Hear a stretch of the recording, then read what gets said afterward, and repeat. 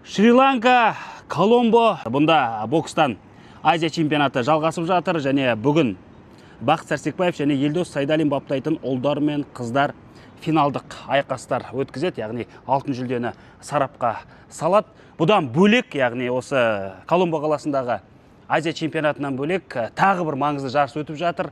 Ташкентте каратенің ВКФ бағыты бойынша ересектер арасындағы Азия чемпионаты. Оған да ұлттық құрамамыз аттанды. Бәрімізге белгілі, ұлттық құрама тізігінен Дархан Асаділов қолға алған болатын. Осы бірер ай бұрын ғана осы ұлттық құраманы іріктеді Ақтау қаласындағы чемпионатта. Одан кейін бірер жаттығу жиындарын өткізді.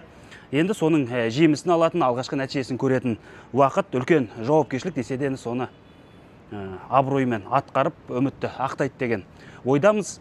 Енді біздің командамызды да білесіз, өте мықты спортшылар көп. Жалпы каратешілер үнемі топ жарып жүр, үнемі алтын жүлдені әкеледі. Атап айтқанда енді Мөлдір Жаңбырбай бар. 3 дүркін бұған дейін Азия чемпионы болды. Осы жолы 4-ші дүркін чемпион атаналады. Дәл солай София Бируцева да 4 дүркін Азия чемпионы атаналады. Әсел Қанай, қателеспесем, бұған дейін 2 мәрте осы құрлықтық жарыста жеңіске жетті.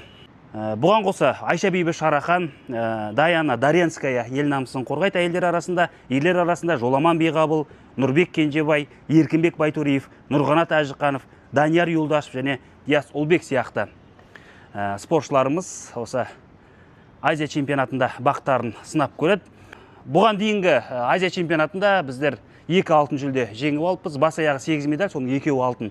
Енді бұл жолы сол жетістікті қайталау мүмкіндік болса, одан да жақсы нәтиже көрсету деген мақсат тұр. Және енді барлығына сәттілік тілейміз.